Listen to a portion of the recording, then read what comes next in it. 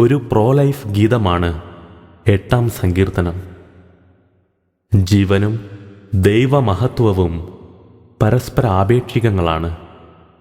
ജീവൻ പരിപാലിക്കപ്പെടുകയും പരിപോഷിപ്പിക്കപ്പെടുകയും ചെയ്യുന്നിടത്ത് ദൈവമഹത്വത്തിൻ്റെ മേളക്കൊഴുപ്പുണ്ട്.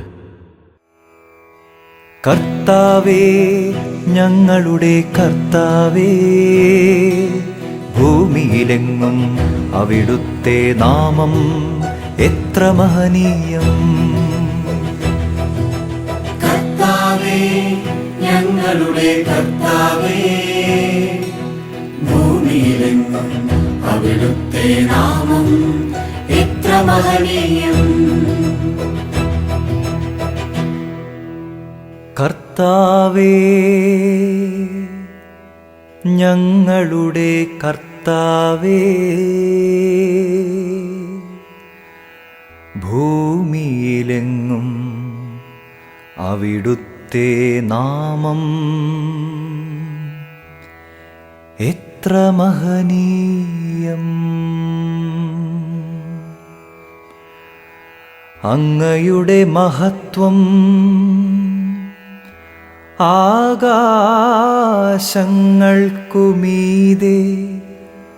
പ്രകീർത്തിക്കപ്പെടുന്നു. ശത്രുക്കളെയും രക്തദാഹികളെയും നിശബ്ദരാക്കാൻ അവിടുന്ന് ശിശുക്കളുടെയും മുലകുടിക്കുന്ന കുഞ്ഞുങ്ങളുടെയും അധരങ്ങൾ കൊണ്ട് സുശക്തമായ കോട്ട കെട്ടി. കർത്താവേ, ഞങ്ങളുടെ കർത്താവേ, ഭൂമിയിലെങ്ങും അവിടുത്തെ നാമം എത്ര മഹനീയം. കർത്താവേ, ഞങ്ങളുടെ കർത്താവേ, ഭൂമിയിലെങ്ങും അവിടുത്തെ നാമം എത്ര മഹനീയം. അങ്ങയുടെ വിരലുകൾ വാർത്തെടുത്ത വാനിടത്തെയും അവിടുന്ന് സ്ഥാപിച്ച ചന്ദ്രതാരങ്ങളെയും ഞാൻ കാണുന്നു.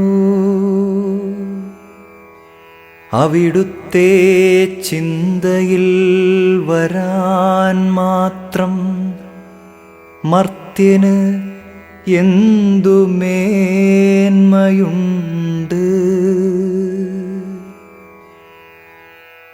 അവിടുത്തെ പരിഗണന ലഭിക്കാൻ മനുഷ്യപുത്രന് എന്ത് അർഹതയാണുള്ളത്.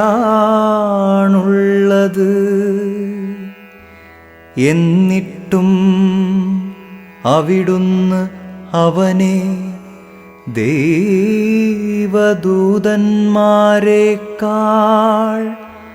അല്പം മാത്രം താഴ്ത്തി മഹത്വവും ബഹുമാനവും കൊണ്ട് അവനെ മകുടമണിയിച്ചു.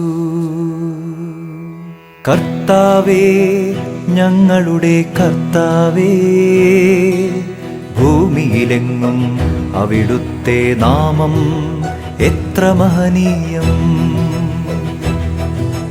കർത്താവേ, ഞങ്ങളുടെ കർത്താവേ, ഭൂമിയിലെങ്ങും അവിടുത്തെ നാമം എത്ര മഹനീയം. അങ്ങു സ്വന്തം കരവേലകൾക്കുമേൽ അവന് ആധിപത്യം നൽകി. എല്ലാറ്റിനെയും അവന്റെ പാദത്തിൻ കീഴിലാക്കി.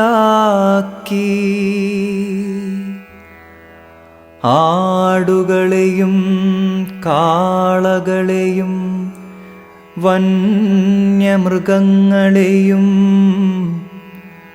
ആകാശത്തിലെ പറവകളെയും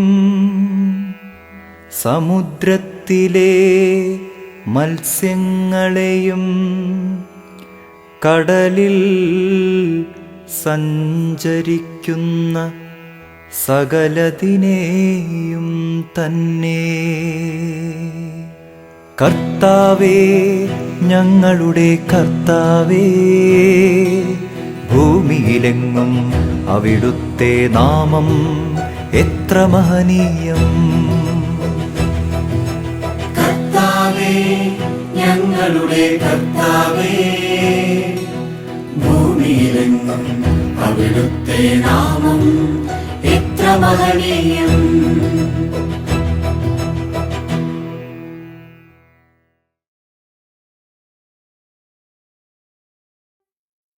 അധ്യായം 10.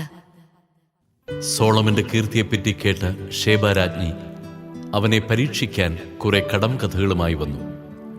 ഒട്ടകപ്പുറത്ത് സുഗന്ധദ്രവ്യങ്ങളും ധാരാളം സ്വർണവും വിലയേറിയ രത്നങ്ങളുമായി വലിയൊരു പരിവാരത്തോടുകൂടെയാണ് അവൾ ജെറുസലേമിലെത്തിയത്.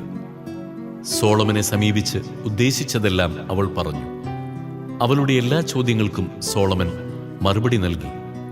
വിശദീകരിക്കാൻ വയ്യാത്ത വിധം ഒന്നും അവന് അജ്ഞാതമായിരുന്നില്ല. സോളമന്റെ ജ്ഞാനം, അവൻ പണിയിച്ച ഭവനം, മേശയിലെ വിഭവങ്ങൾ, സേവകന്മാർക്കുള്ള പീഠങ്ങൾ, ഭൃത്യന്മാരുടെ പരിചരണം, അവരുടെ വേഷം, പാനപാത്രവാഹകർ, ദേവാലയത്തിൽ അവൻ അർപ്പിച്ച ദഹനബലികൾ എന്നിവ കണ്ടപ്പോൾ ഷേബാരാജ്ഞി അന്ധാളിച്ചുപോയി. അവൾ രാജാവിനോട് പറഞ്ഞു, അങ്ങയെയും അങ്ങയുടെ ജ്ഞാനത്തെയും പറ്റി ഞാൻ എൻ്റെ ദേശത്ത് കേട്ടത് എത്രയോ വാസ്തവം. നേരിൽ കാണുന്നതുവരെ യാതൊന്നും ഞാൻ വിശ്വസിച്ചിരുന്നില്ല. യാഥാർത്ഥ്യത്തിൻ്റെ പകുതി പോലും ഞാൻ അറിഞ്ഞിരുന്നില്ല. അങ്ങയുടെ ജ്ഞാനവും സമ്പത്തും ഞാൻ കേട്ടതിനേക്കാൾ എത്രയോ വിപുലമാണ്. അങ്ങയുടെ ഭാര്യമാർ എത്രയോ ഭാഗ്യവതികൾ.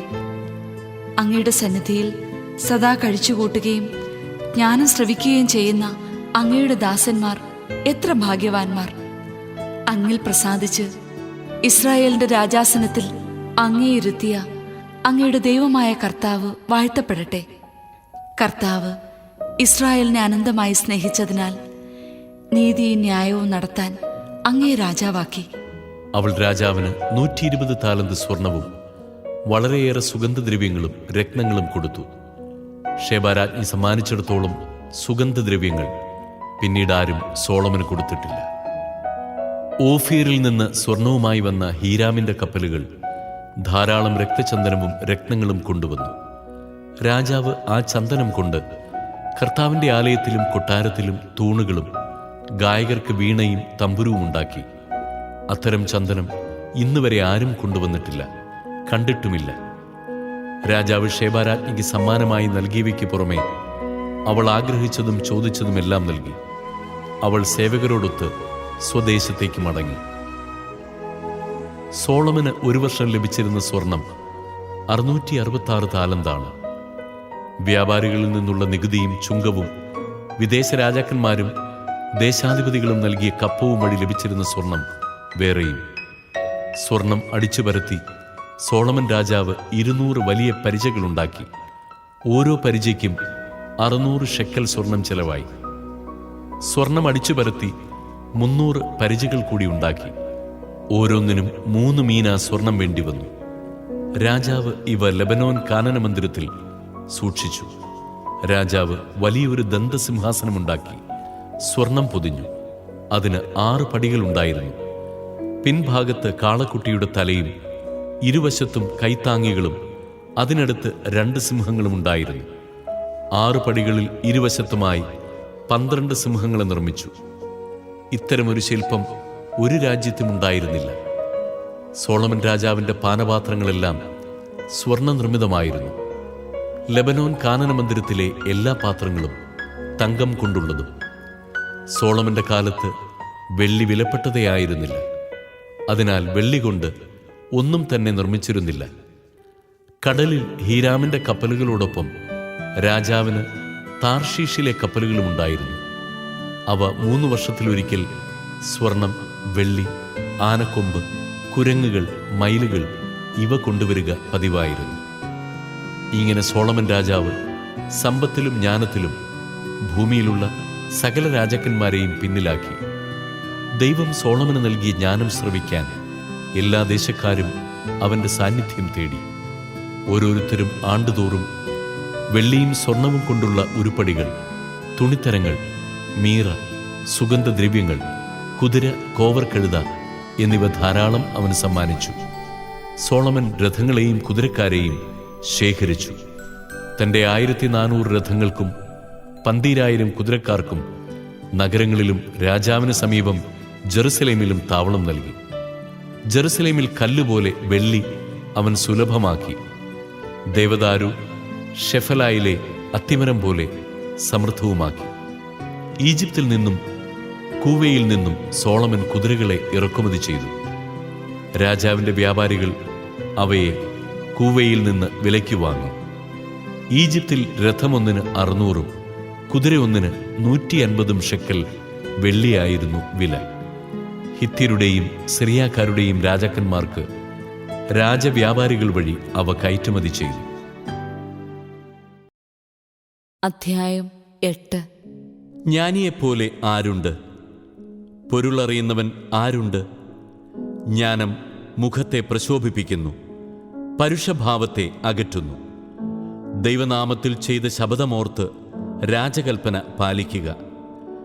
അനിഷ്ടകരമെങ്കിലും അവന്റെ സന്നിധി വിട്ടുപോയി ഉടനെ അത് ചെയ്യുക. യഥേഷ്ടം പ്രവർത്തിക്കുന്നവനാണല്ലോ രാജാവ്. അവന്റെ വാക്ക് അന്തിമമാണ്. നീ എന്തു ചെയ്യുന്നു എന്നവനോട് ചോദിക്കാൻ ആര് മുതിരും? കൽപ്പന അനുസരിക്കുന്നവന് ഒരു ഉപദ്രവവും ഉണ്ടാവുകയില്ല. ജ്ഞാനി തക്ക സമയവും വഴിയും അറിയുന്നു. മനുഷ്യജീവിതം ഭാരത്തിന് അടിപ്പെട്ടതെങ്കിലും ഓരോന്നിനും അതതിൻ്റെ സമയവും നീതിയുമുണ്ട്. ഭാവി അവന് അജ്ഞാതമാണ്. അതെങ്ങനെയിരിക്കുമെന്ന് പറയാൻ ആർക്ക് കഴിയും?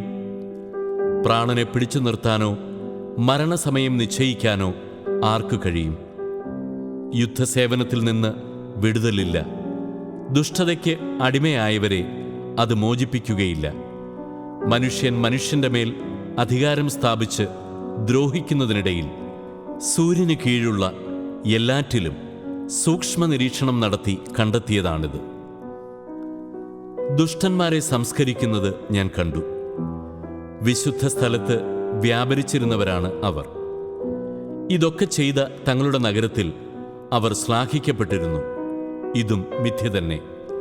തിന്മയ്ക്കുള്ള ശിക്ഷ ഉടൻ നടപ്പാക്കാത്തതിനാൽ മനുഷ്യമക്കളുടെ ഹൃദയം അതിൽ മുഴുകുന്നു. 100 തവണ തിന്മ ചെയ്തിട്ടും ദുഷ്ടന്റെ ജീവിതം സുദീർഘമാണെങ്കിലും ദൈവഭക്തന് എല്ലാം ശുഭമായിരിക്കുമെന്ന് എനിക്ക് നന്നായിട്ടറിയാം. കാരണം അവൻ ദൈവസന്നിധിയിൽ ഭക്തിയോടെ വ്യാപരിക്കുന്നു. നീചന് നന്മ കൈവരുകയില്ല. ജീവിതം നിഴൽ പോലെ നീട്ടാനും അവന് കഴിയുകയില്ല.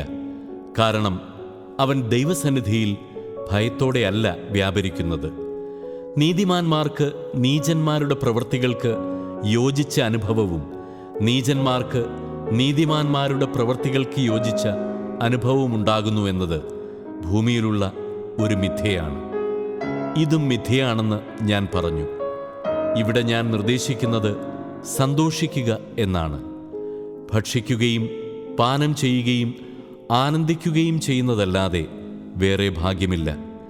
ഇത് സൂര്യന് കീഴെ ദൈവം അവന് നൽകിയിരിക്കുന്ന ആയുഷ്കാലത്തെ പ്രയത്നങ്ങളിൽ അവനെ തുണയ്ക്കും.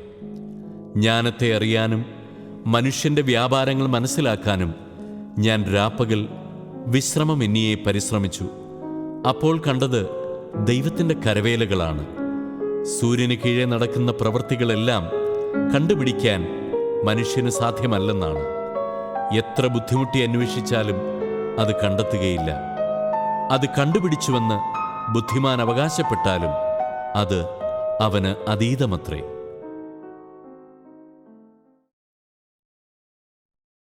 അധ്യായം 9. നീതിമാനെയും ജ്ഞാനിയെയും അവരുടെ പ്രവൃത്തികളെയും ദൈവം നിയന്ത്രിക്കുന്നുവെന്ന് ഞാൻ ആഴത്തിൽ ചിന്തിച്ചറിഞ്ഞു. അത് സ്നേഹപൂർവമോ ദ്വേഷപൂർവമോ എന്ന് മനുഷ്യൻ അറിയുന്നില്ല. അവൻ്റെ മുൻപിലുള്ളതെല്ലാം മിഥ്യയാണ്. എന്തെന്നാൽ നീതിമാനും നീചനും, സന്മാർഗിക്കും ദുർമാർഗിക്കും, ശുദ്ധനും അശുദ്ധനും, ബലിയർപ്പിക്കുന്നവനും അർപ്പിക്കാത്തവനും, നല്ലവനും ദുഷ്ടനും, ശപഥം ചെയ്യുന്നവനും ചെയ്യാത്തവനും ഗതി ഒന്നു തന്നെ. എല്ലാവർക്കും ഒരേ ഗതി വന്നു ചേരുന്നത് സൂര്യന് കീഴെ എല്ലാ പ്രവൃത്തികളിലും അടങ്ങിയിരിക്കുന്ന തിന്മയാണ്. മനുഷ്യഹൃദയം തിന്മ കൊണ്ട് നിറഞ്ഞിരിക്കുന്നു. ജീവിതകാലം മുഴുവൻ അവർ ഭ്രാന്തുകൊണ്ട് നിറഞ്ഞിരിക്കുന്നു. അതിനുശേഷം അവർ മൃതലോകത്തിൽ എത്തുന്നു. എന്നാൽ ജീവിക്കുന്നവരോടൊപ്പം എണ്ണപ്പെടുന്നവന് എന്നിട്ടും പ്രത്യാശയുണ്ട്. ജീവനുള്ള നായ് ചത്ത സിംഹത്തേക്കാൾ ഭേദമാണല്ലോ. കാരണം ജീവിക്കുന്നവർക്കറിയാം തങ്ങൾ മരിക്കുമെന്ന്. മരിച്ചവരാകട്ടെ ഒന്നും അറിയുന്നില്ല. അവർക്ക് ഒരു പ്രതിഫലവും ഇനിയില്ല. അവരെക്കുറിച്ചുള്ള സ്മരണ അസ്തമിച്ചിരിക്കുന്നു. അവരുടെ സ്നേഹവും ദ്വേഷവും അസൂയയും നശിച്ചു കഴിഞ്ഞു. സൂര്യന് കീഴെ ഒന്നിലും അവർക്ക് ഇനിമേൽ ഓഹരിയില്ല. പോയി സന്തോഷത്തോടുകൂടെ അപ്പം ഭക്ഷിക്കുക, ആഹ്ലാദഭരിതനായി വീഞ്ഞു കുടിക്കുക.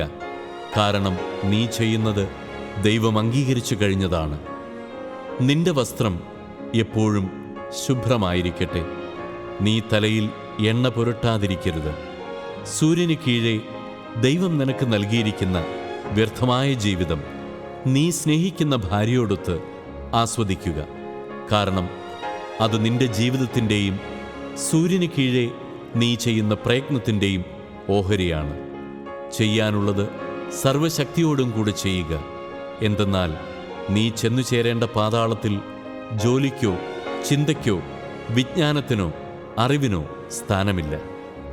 സൂര്യന് കീഴെ ഓട്ടം വേഗമുള്ളവനോ യുദ്ധം ശക്തിയുള്ളവനോ അപ്പം ജ്ഞാനിക്കോ ധനം ബുദ്ധിമാനോ അനുഗ്രഹം സമർത്ഥനോ അല്ല ലഭിച്ചിരിക്കുന്നതെന്ന് ഞാൻ കണ്ടു.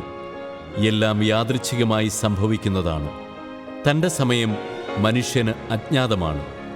മത്സ്യം വലയിൽപ്പെടുന്നത് പോലെയും പക്ഷികൾ കെണിയിൽ കുടുങ്ങുന്നതുപോലെയും കഷ്ടകാലം വിചാരിക്കാത്ത നേരത്ത് മനുഷ്യമക്കളെ കൊടുക്കുന്നു. സൂര്യന് കീഴെ ജ്ഞാനത്തിന് ശ്രേഷ്ഠമായൊരു ദൃഷ്ടാന്തം ഞാൻ കണ്ടു. ഏതാനും ആളുകൾ മാത്രമുള്ള ഒരു ചെറിയ നഗരമുണ്ടായിരുന്നു. ശക്തനായ ഒരു രാജാവ് വന്ന് അതിനെതിരെ പ്രബലമായ ഉപരോധം ഏർപ്പെടുത്തി. എന്നാൽ അവിടെ നിർധനനായ ഒരു ജ്ഞാനിയുണ്ടായിരുന്നു.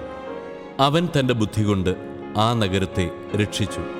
പക്ഷേ ആരും അവനെ സ്മരിച്ചില്ല. ദരിദ്രൻ്റെ ജ്ഞാനം അപമാനിക്കപ്പെടുകയും അവൻ്റെ വാക്കുകൾ അവഗണിക്കപ്പെടുകയും ചെയ്താലും ജ്ഞാനമാണ് ശക്തിയേക്കാൾ ശ്രേഷ്ഠമെന്ന് ഞാൻ പറയുന്നു. മൂഢന്മാരെ ഭരിക്കുന്ന രാജാവിൻ്റെ ആക്രോശത്തേക്കാൾ ശ്രേഷ്ഠമാണ് ജ്ഞാനിയുടെ ശാന്തമായ വാക്കുകൾ. ആയുധങ്ങളെക്കാൾ ശ്രേഷ്ഠമാണ് ജ്ഞാനം. എന്നാൽ വളരെയധികം നന്മ നശിപ്പിക്കാൻ ഒരൊറ്റ പാപി മതിയാകും.